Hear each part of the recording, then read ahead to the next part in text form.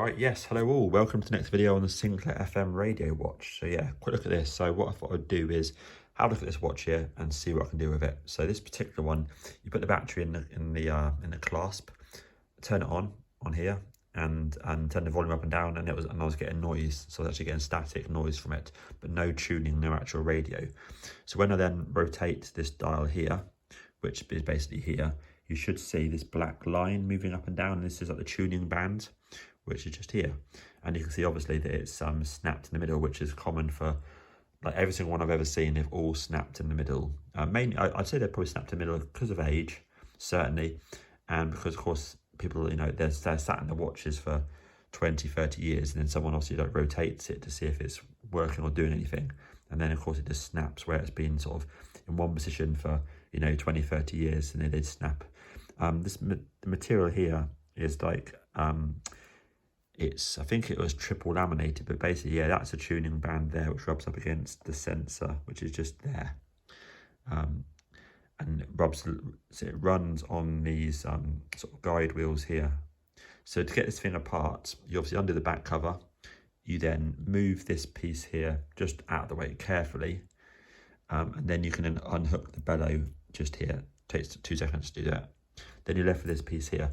Now to remove this section here, you just turn the knob until it's facing this way, and then you can then put a screwdriver underneath, just underneath there, and lift it upwards, and then take it out with tweezers, no drama at all. And then basically these two runners here just come out, and then the band comes out. Now it's multiple laminated, so if you look closely, you'll see here that there's a piece there, which obviously should be taped to that piece there. So it's just, in fact, it's just split, where it's just old age. So I have had some success basically just using sellotape. You can roll one piece, you can put it in position and run one piece of sellotape around the whole thing really carefully, really neatly, get it dead straight. Don't leave any edges, because it's all in here quite tight. This time I'm going to use this stuff here, which is I've used on other things. It's basically like some sort of thicker, clear tent repair material, but it's just sort of stronger, that's all. I feel that that's probably lasting much longer. So yeah, I'm just gonna cut a piece out now, put this exactly where it should be, tape it around really, really carefully using tweezers, not to get any sort of dirt and fingerprints and grease, underneath anything, and then reassemble it, and and then we'll just see if it works or not. I don't really want to put anything else on these rollers. I kind of want to put it back in as it was and just see if the tuner works. Right, let me crack on and go for it.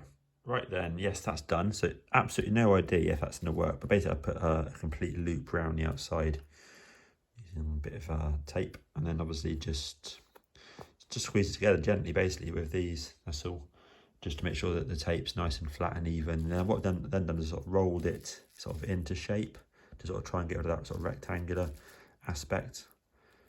So yeah, I'm going to put this in now and see if it works. I mean, I have no idea, like I say, if it will work or not, because of course having the extra layer of lamination on there might mean the sensor, can't pick up, whatever it does with this. So I'll try it now and we'll see. Right, a bit of a weird angle, so I need to do this sort of two-handed, but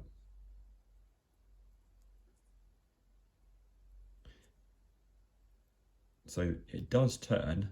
I'm keen not to turn it all the way around because I don't necessarily want to sort of break it, but I think I might try and sort of gently like ease it around to sort of get it doing a couple of circuits, like that. So just don't want it to sort of stretch, and break anything. One sort of point I did note, it's got this sort of insulation here, which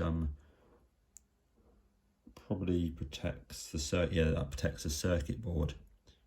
Basically, that's this flexible circuit board. Well, you can't see it, but there's a flexible circuit board there that obviously rubs on top of that there, because that stops it from potentially rubbing through eventually and maybe short circuiting. So just be aware of that. But once the mechanism's in and down, it just avoids that piece there. Just something to be aware of, that's all. But yeah, it does turn. So yeah, honestly, let me just get this back in the watch and see if it works.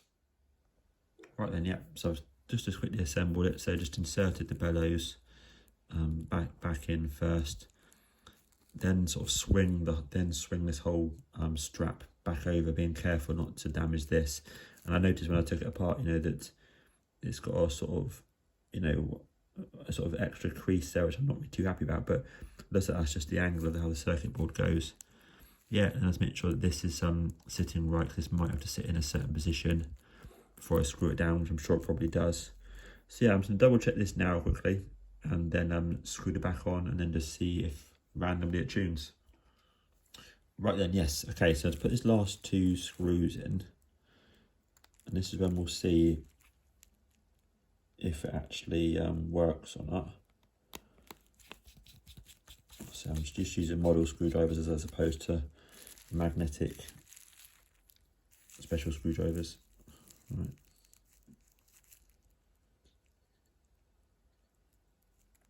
And there. Okay.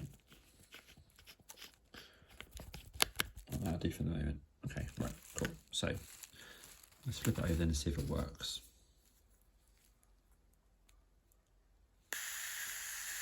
Okay, so if you can hear that, we've got speaker.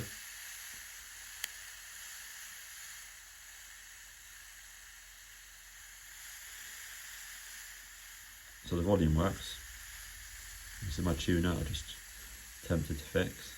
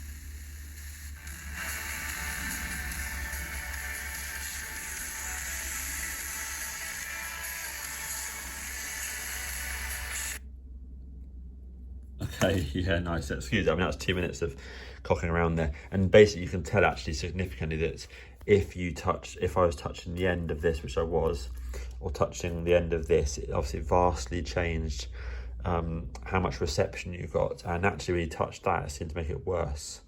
You know, whereas if I just held it in my hand like flat, the watch touch was much better. So anyway, that's not the point of this. The point is that seems, well, put it this way, before I couldn't get any channels at all. Now I can at least tune, which is great. So I'm keen not to say turn it all the way around.